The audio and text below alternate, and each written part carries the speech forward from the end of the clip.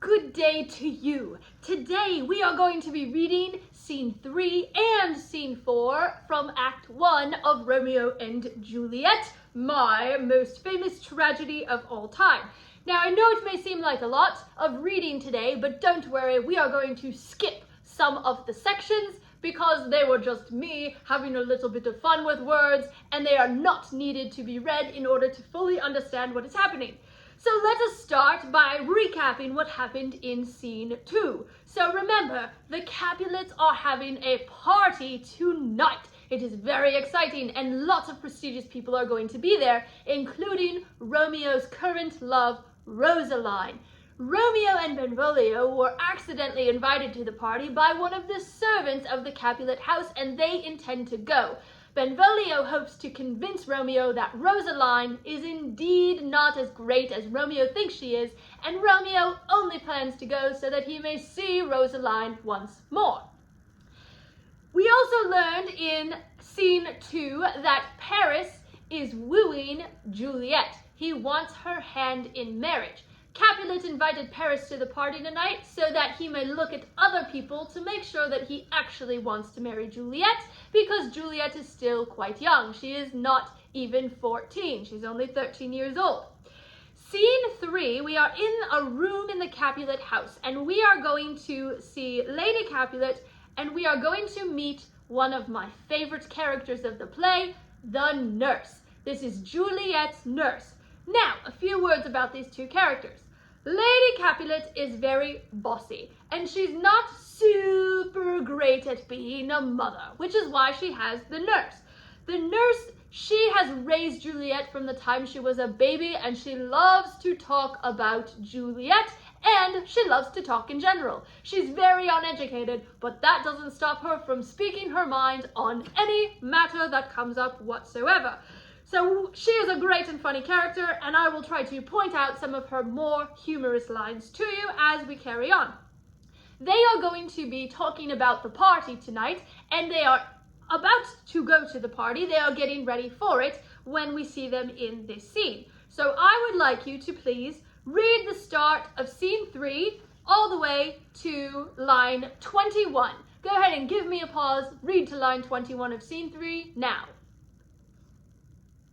Great! You read to line 21 of Scene 3. Let's talk about what happened.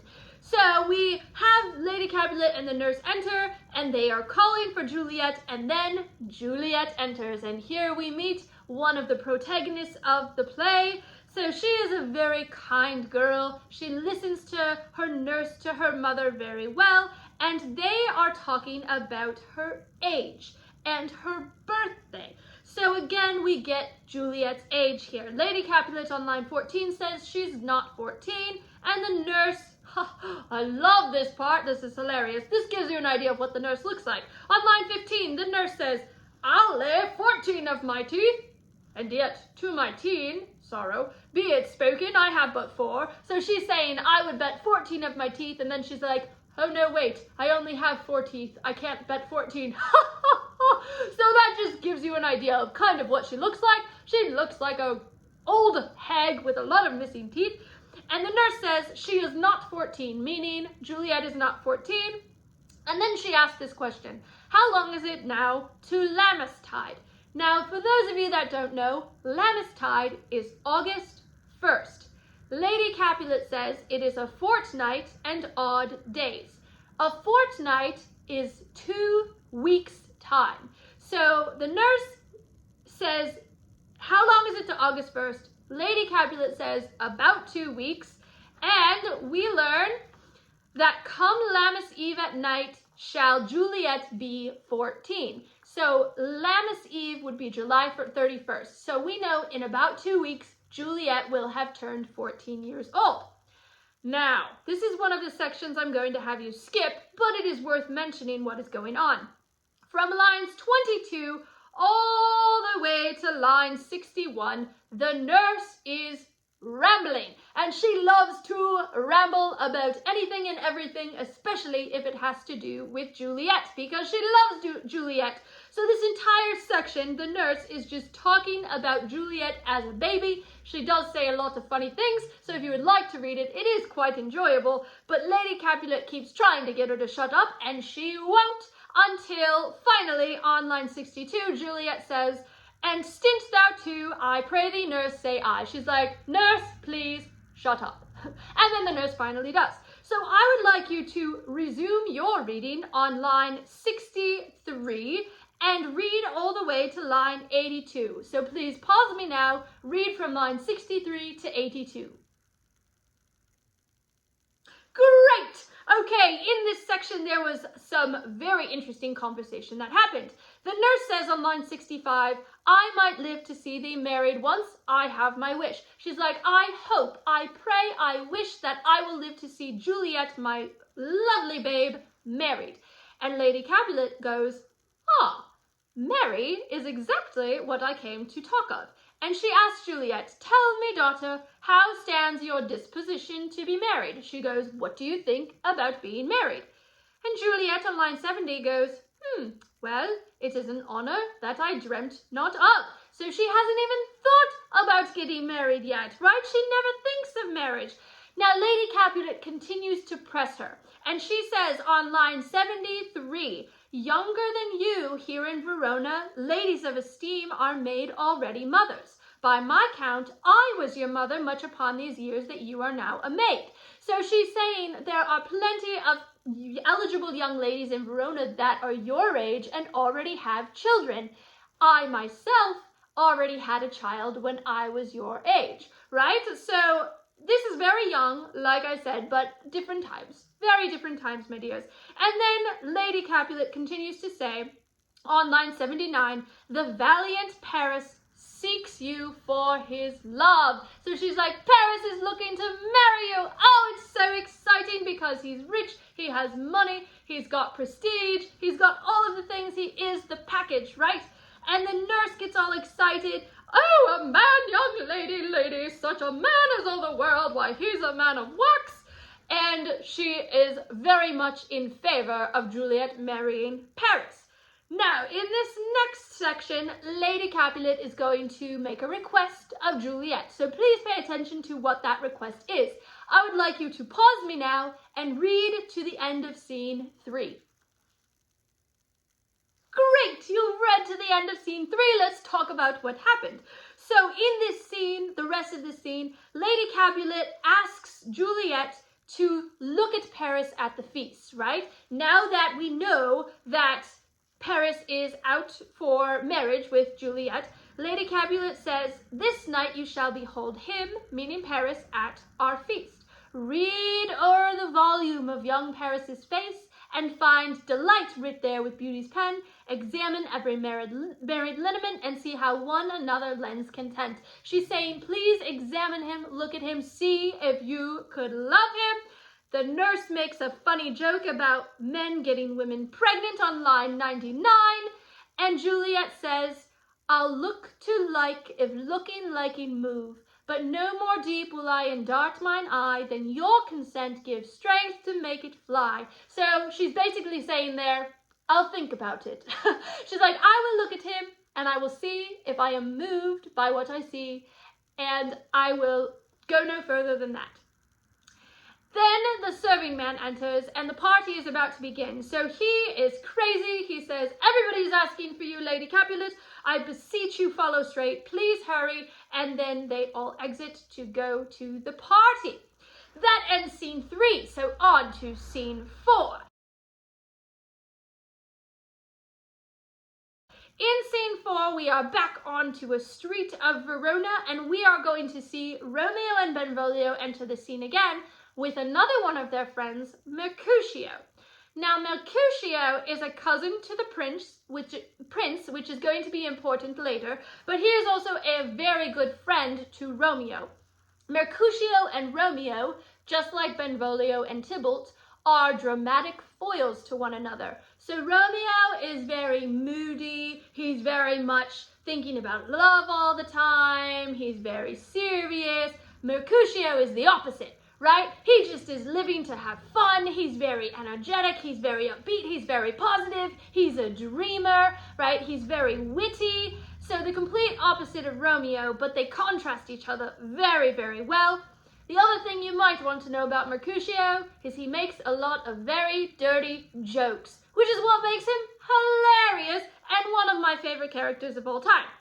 So Benvolio and Romeo are going to the party with Mercutio. Mercutio was indeed invited, so he is bringing them as their guests. Even though the servant already invited them, they are bringing Mercutio, going with Mercutio, so that it seems more legitimate. Now, we also have 5 or 6 other maskers and torchbearers. Torchbearers are people that are carrying torches to light the way. Maskers are people that are going to the party. Now, often in this time period, when one had a fancy party and you wanted to remain anonymous, you would wear a mask to the party so that nobody could see your face. This was perfectly common back in this time period. So you will see that the boys are going to be wearing masks to the party, which is how they are going to stay kind of disguised throughout the evening. And so they are with a bunch of other maskers, a bunch of other people wearing masks at the party. So we have the men, they're on their way. I would like you to start reading Act 4 all the way through line 58. So go ahead and pause me now, read through line 58. Great, you read through line 58 of scene 4. I keep saying Act 4, I do apologize. I'm getting my words all confused here. So Romeo is talking about if they should come up with some sort of story for why they're at the party in case they get caught. But Benvolio, he says, on line 11, we'll measure them a measure and be gone. He's like, we're just going to dance and leave, so there's no need for us to make up a story because we're not going to cause any trouble. And Romeo's like, oh, I'm not in the mood for dancing. And Mercutio goes, oh, but you must have a dance. And then there are a couple of puns in here, one of them being Romeo's line on line 16. You have dancing shoes with nimble soles, I have a soul of lead. So he's making a play on words here with the soles of your feet and the soul of your body, right? And Mercutio goes on trying to lift Romeo's spirits, as he often does, making a couple of dirty jokes, which I am not going to tell you what those are. Good luck figuring them out by yourself. And Romeo on line 50 says, but 'tis no wit to go. He says, I think it's a bad idea to go. Mercutio says, why, may one ask? And Romeo says, I dreamt a dream tonight. So Romeo is saying, I don't think it's a good idea for us to go to this party because I had a dream. And what is going to happen in the next section, which we are going to skip because it's quite long and rather rambling, is Mercutio is going to start telling an elaborate story. And this story is about Queen of the Fairies, Queen Mab. Okay, so she is Queen of the Fairies, which you read on the very last line, 58 there. And he gets very carried away by his tale. Whenever he does something, he does it all the way, right? So he starts to get very excited and talking very fast and sounding a little bit crazy, talking about this Queen of the Fairies story. And Romeo, all the while, is trying to kind of calm him down. So we are going to skip the next 50 or so lines. We're going to skip all the way to line 101. So I would like you to continue reading from line 101 to the end of scene 4. Go ahead and pause me now. Read from line 101 to the end of scene 4. Great, you finished reading scene 4. So let's see what they talked about. Romeo finally gets Mercutio to stop telling his crazy story about Queen Mab, and he says, thou talk'st of nothing, Mercutio. You're not talking about anything, you're not making sense. And Mercutio says, true, I talk of dreams. Ha! Now remember, Romeo had just said he didn't want to go to the party because he had a bad dream. The whole point in Mercutio doing this was to show Romeo that dreams are pointless. They mean nothing. So Mercutio is actually quite brilliant because that's why he spun this whole elaborate story. Romeo still has hesitations, which he reveals on line 113. He says, I fear too early For my mind misgives some consequence yet hanging in the stars shall bitterly begin his fearful date with this night's revels and expire the term of a despised life closed in my breast by some veil forfeit of untimely death. Romeo here is saying that he's afraid the events of tonight will lead to his untimely death. This, my dear friends, is a bit of foreshadowing that we have at the end of this scene, and I will leave you with that today. Please make sure you fill out your study guides, Act 1, Scene 3, and Scene 4 for your homework this evening. I bid you adieu.